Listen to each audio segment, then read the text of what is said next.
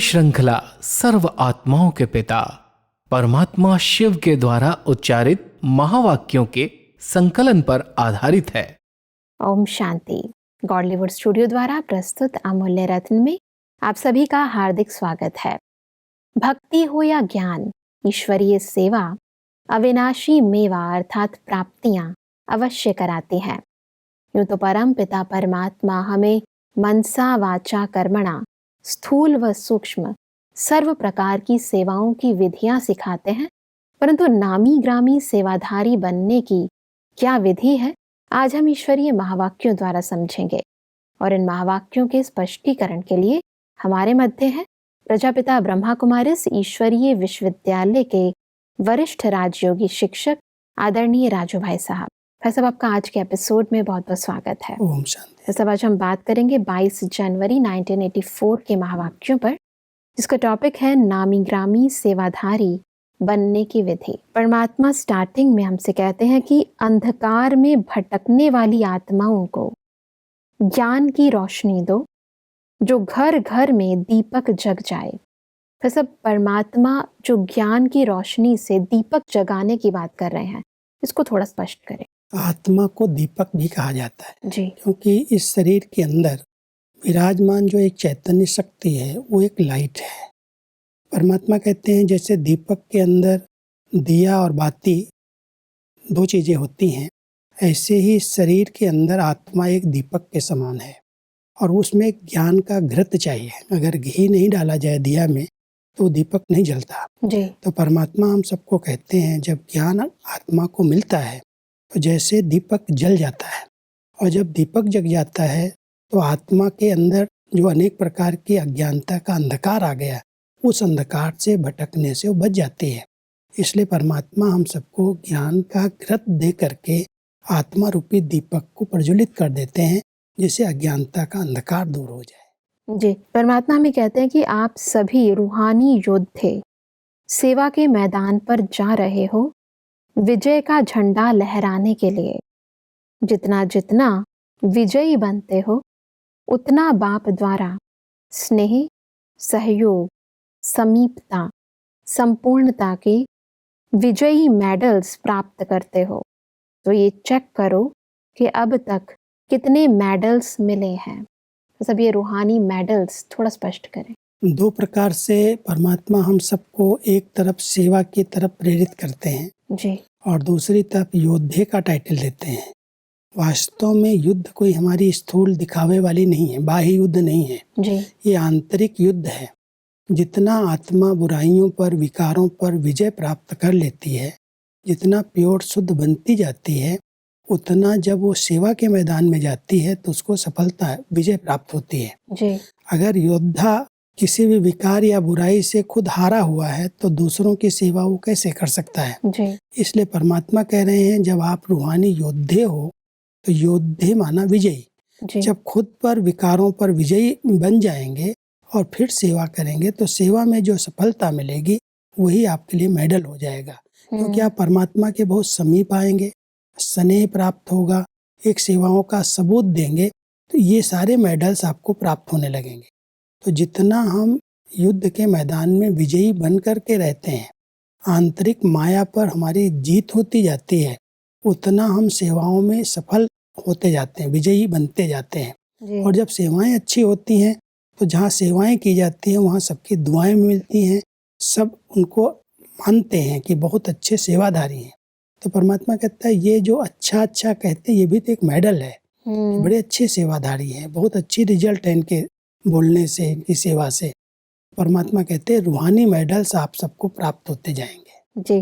परमात्मा कहते हैं कि हर एक समझे कि मुझे विशेष कार्य करना है, विजय का मेडल लेना है, ब्राह्मण परिवार के बीच विशेष सेवाधारियों की लिस्ट में नामी ग्रामी बनना है, रूहानी नशे में रहना है, नाम के नशे में नहीं। रूहानी सेवा के नशे में निमित्त और निर्माण के सर्टिफिकेट सहित नामी ग्रामी होना है।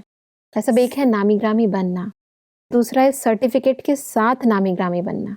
कई आत्माएं जब अच्छी सेवा करती हैं तो उनका नाम बाला होता है कि बहुत अच्छे सेवाधारी हैं, लेकिन परमात्मा कहते हैं सिर्फ सेवाधारी का सर्टिफिकेट नहीं लेना, जी। लेकिन सेवाधारी के साथ साथ ये बहुत नम्र चित्त हैं, बहुत निर्माण चित्त है, इनकी वाणी में वो मिठास है, नम्रता है।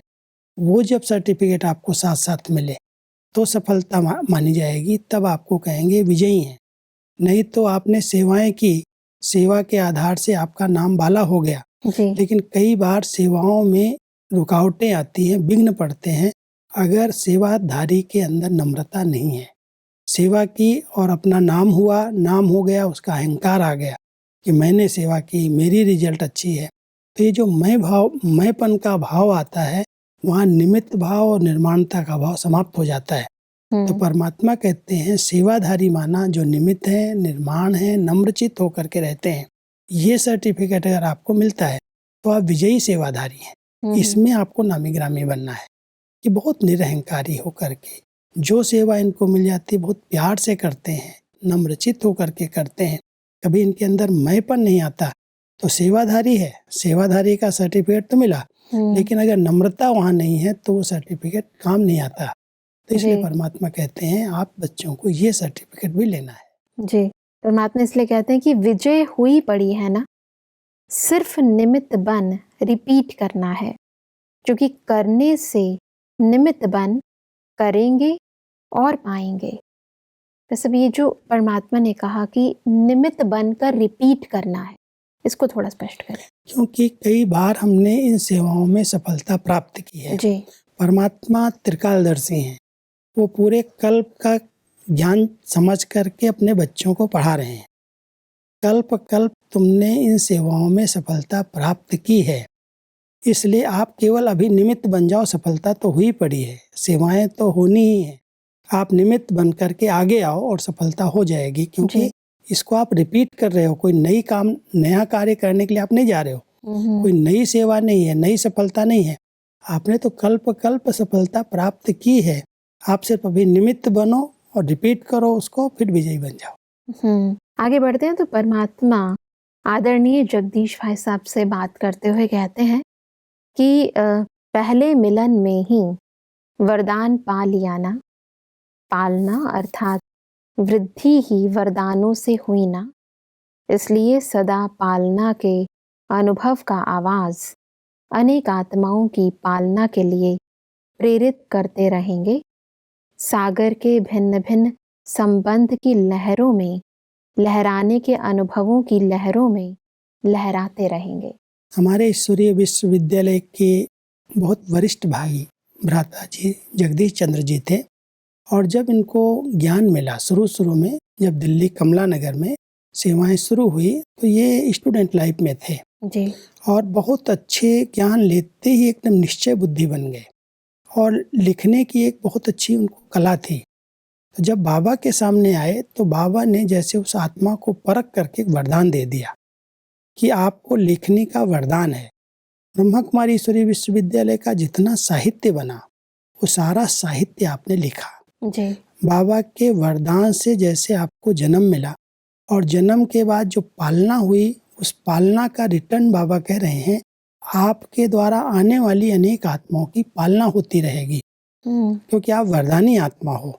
तो भ्राता जी ने अपने होते साकार में 2001 तक थे, तब तक उन्होंने इतना एक तो साहित्य लिखा, और दूसरी ओर उनकी जो पालना थी, बहुत सारे सेवा केंद्र खोलने के निमित्त बने। जी। विदेश में भी रसिया की तरफ बहुत अच्छे केंद्र खोले, जी। और दिल्ली में रह करके, शक्तिनगर डेरावल में रह करके आपने बहुत अच्छी सेवाएं की। जी। केवल दिल्ली और रसिया की नहीं, पूरे विश्व की सेवा के आप निमित्त बने, और अपनी अनुभव के अथॉरिटी बन करके जो साकार में सागर की लहरें आपको ज्ञान के प्राप्त हुई, वो इनके ज्ञान से, इनके प्रवचनों से लोगों को लगता था इनके पास सब प्रकार का ज्ञान, सब शास्त्रों का ज्ञान है। तो जैसे जब बोलते थे ऐसे लगता था जैसे सागर उमड़ रहा है अंदर से। हम कई बार उनके संपर्क में आए, प्रैक्टिकल में जब वो लिखाते थे कोई चीज़, तो कभी पढ़ करके नहीं बताते थे, ऐसे ही बोलते जाते थे, और बीच में अगर कोई बीच में आ गया और कोई बात आई तो उससे बात भी कर लिया, उसको उसका उत्तर भी दे दिया और फिर से लिखाना शुरू कर दिया। तो जैसे पूरा ही साहित्य, पूरा ही ज्ञान उनके अंदर भरा हुआ था। तो सागर जैसे उमड़ता है, तो परमात्मा कह रहे हैं कि ज्ञान सागर का ज्ञान आपने जो प्राप्त किया है वो आपके द्वारा दूसरों को मिलता रहता है और मिलता रहेगा, जैसे वरदान मिला हुआ है। जी, जैसे परमात्मा कहते हैं कि सेवा के निमित्त आदि में इकोनॉमी के समय निमित्त बने। इकोनॉमी के समय निमित्त बनने के कारण सेवा का फल सदा श्रेष्ठ है।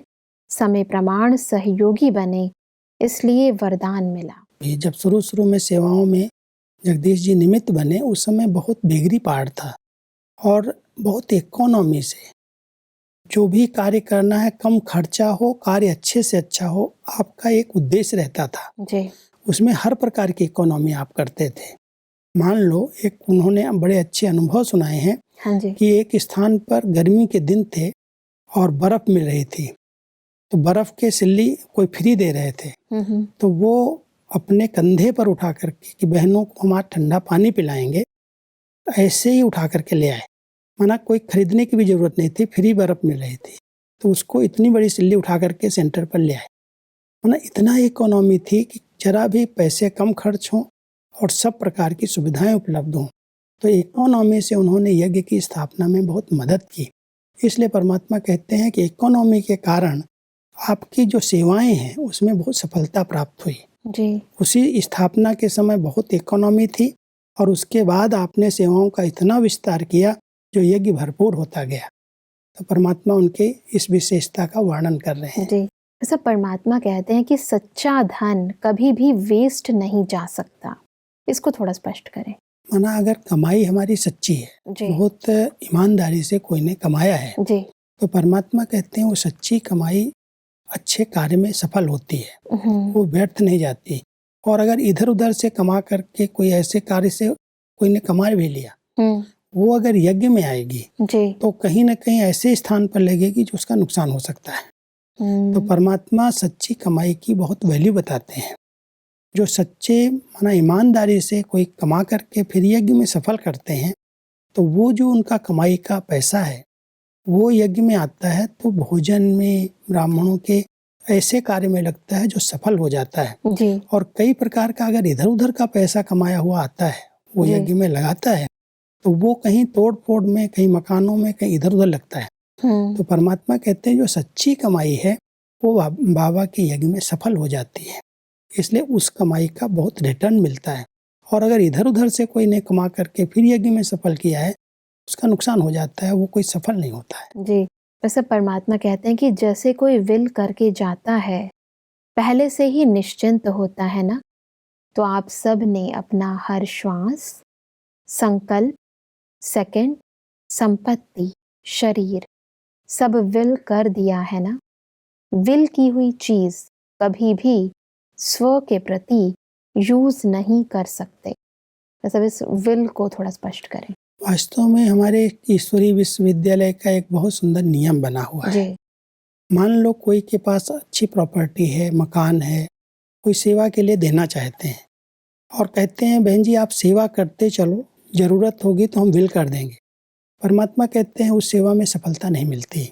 जो कुछ आपके पास है पहले विल करो, जी, लिख करके दे दो, फिर उसमें सेवा करो। तो एक ही स्थूल रूप में जो भी जिसके पास प्रॉपर्टी वो यज्ञ में अगर सफल करना चाहते हैं तो विल करते हैं। साथ साथ अगर आपके पास ये जो शक्ति है, आपके पास तन की शक्ति है, मन है, धन है, जो भी आपके पास शक्तियां हैं, अगर आप विल कर देंगे तो आप निश्चिंत हो जाएंगे। कभी उसका नुकसान नहीं होगा और कभी व्यर्थ खर्च नहीं होगा, क्योंकि हमने बाबा को दे दिया। जी, जब हमने सब कुछ समर्पित कर दिया तो हम उसको व्यर्थ खर्च नहीं कर सकते। तो विल करना माना परमात्मा को समर्पित कर देना। जैसे कोई विल लिख दिया जाता है कि हमने आपको लिख करके दे दिया, जी, उसके बाद अपना अधिकार उस पर नहीं रहता। अगर वो कहते हैं आप यूज करो तो हम यूज कर सकते हैं, लेकिन वो हमारा है ये अपनेपन का भाव नहीं रहता। तो परमात्मा संबंधों में, धन में या शरीर में जहाँ जहाँ मोह है, जहाँ पर अटैचमेंट है, उस अटैचमेंट को समाप्त करने के लिए बड़ी अच्छी विधि बताते हैं जी, कि आप इस सबको विल कर दो, ये बाबा के कार्य के लिए मैंने इसको विल करके दे दिया। तो जब विल करके दे दिया तो उस पर अपना अधिकार नहीं रहेगा, और कुछ हो गया तो आपका मोह नहीं जाएगा, आपको दुख नहीं होगा। जी। परमात्मा कहते हैं कि बिना श्रीमत के एक सेकंड या एक पैसा भी यूज नहीं कर सकते। परमात्मा का सब हो गया तो आत्माएं अपने प्रति या आत्माओं के प्रति यूज नहीं कर सकती हैं, डायरेक्शन प्रमाण कर सकती हैं, नहीं तो अमानत में खयानत हो जाएगी ना। जब हमने परमात्मा के आगे सब कुछ अर्पित कर दिया और अर्पित करने के बाद परमात्मा कहता है ये आप अपने प्रति या अन्य आत्माओं के प्रति खर्च नहीं कर सकते हो, क्योंकि तुमने परमात्मा को विल कर दिया, दे दिया जी। लेकिन अगर डायरेक्शन मिल रहा है कि आप इसको इस तरह से यूज करो, श्रीमत प्रमाण यूज करो जी। तो श्रीमत प्रमाण अगर हम चल रहे हैं, संकल्प चला रहे हैं, धन है तो धन खर्च कर रहे हैं, श्रीमत है, परमात्मा की आज्ञा अनुसार हम चल रहे हैं, तो अमानत को हम जैसे आगे बढ़ा रहे हैं, सफल कर रहे हैं। लेकिन अगर हमने मनमत उसमें ऐड कर दी जी। उसको इधर उधर व्यर्थ खर्च कर दिया तो जैसे अमानत में हमने ख्यानत कर दी। तो परमात्मा हम सबको विकारों से, बुराइयों से, पाप कर्मों से बचाने के लिए बहुत सुंदर विधि बताते हैं। नहीं तो कहीं ना कहीं धन जा रहा है, कहीं ना कहीं संकल्प जा रहे हैं, कहीं ना कहीं हमारे उल्टे कर्म हो रहे हैं देहाभिमान के कारण, संग के कारण। कहते क्या करें, करना पड़ता है। परमात्मा कहता करना वहाँ पड़ता है जहाँ आप समझते हो ये मेरा है।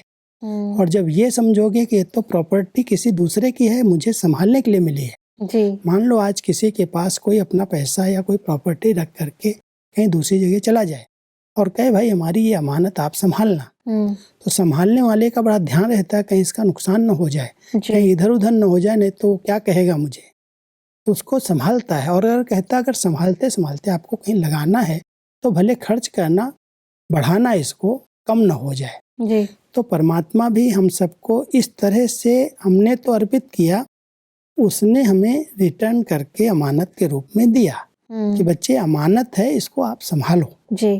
तो संभालने के लिए जो चीज़ मिली है उसको हम अटेंशन रख करके संभालें, कहीं भी संकल्प, कर्म या धन संपत्ति व्यर्थ न जाए, इधर उधर न जाए। और कोई अगर अधिकार अपना रखता है तो परमात्मा कहता है ये अमानत में ख्यानत हो रही है। किसी इंसान की हो तो फिर भी सोचा जाता है, परंतु परमात्मा की चीज को यदि हम व्यर्थ तरीके से गवाते हैं तो उसका बहुत बड़ा बोझ चढ़ जाएगा। जी। क्योंकि हमने तो अर्पित कर दिया था, हमने भक्ति में ही कहा था, और अभी तो ज्ञान है, जी। समझ से कह रहे हैं। और परमात्मा का डायरेक्ट भी पार्ट चल रहा है, संगम पर पार्ट प्ले कर रहे हैं।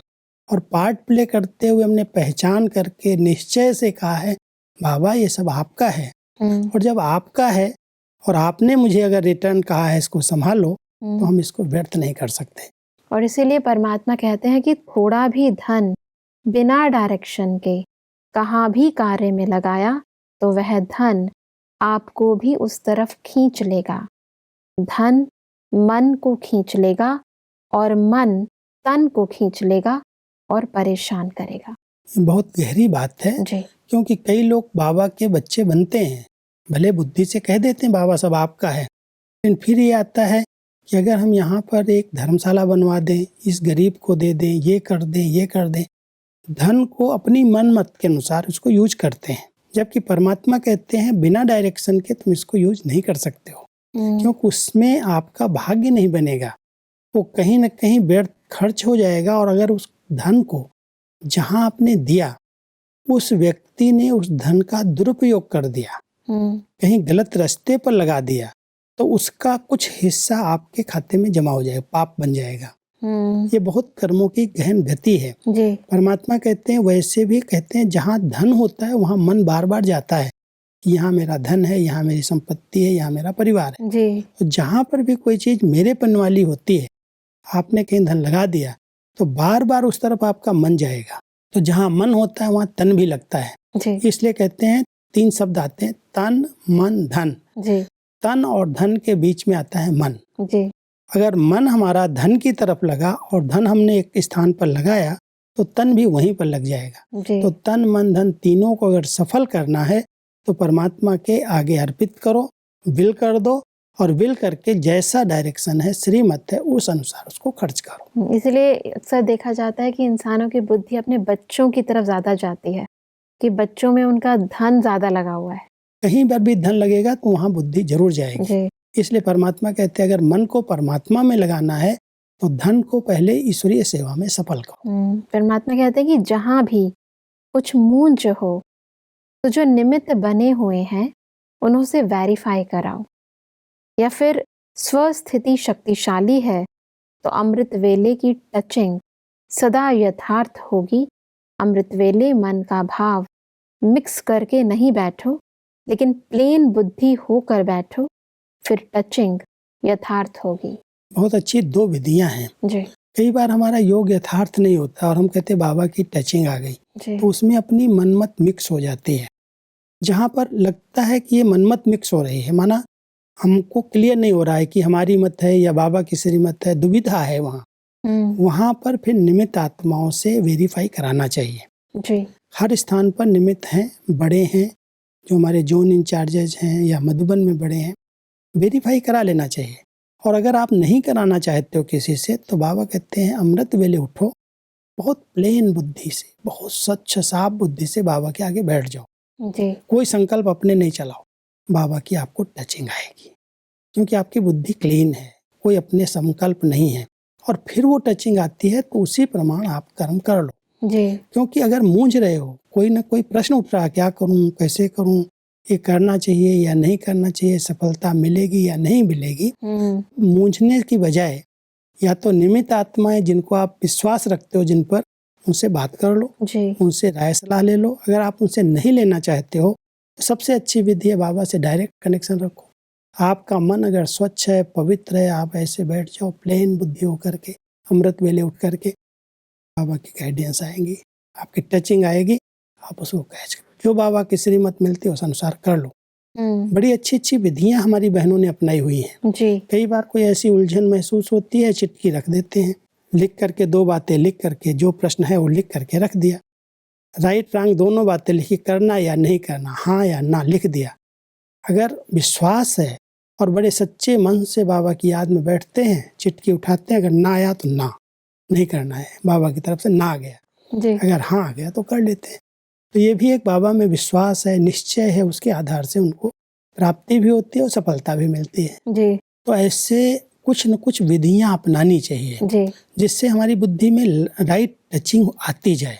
जी और बहुत अच्छे अच्छे, और मान लो आप नहीं उठाते हैं, कई बहनें ऐसे करती हैं, चिट्ठियां लिख के रख दिया और कोई नया आया, जी उससे कहते आप उठा करके कोई चिट्ठी मुझे दो, उसमें उनको जवाब मिल जाता है।